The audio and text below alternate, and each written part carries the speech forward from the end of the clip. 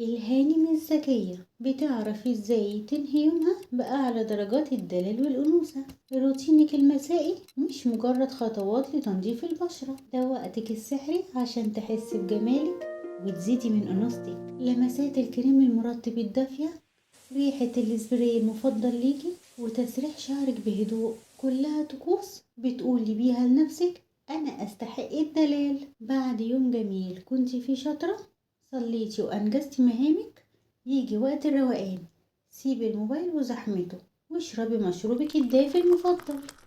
هاتي النوت بوك بتاعك والقلم المميز اللي اخترتيه بعناية، واكتبي 3 حاجات ممتنة لربنا عليها في يومك. الطمأنينة هي سر جمال ملامحك. لما بتنامي بروح راضية ونفسية منتعشة ومتدلعة، بتصحي الصبح هانم منورة ومقبلة على الحياة.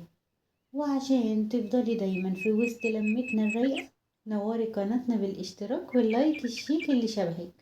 تصبحي على حب وسعادة يا هانم. سلام.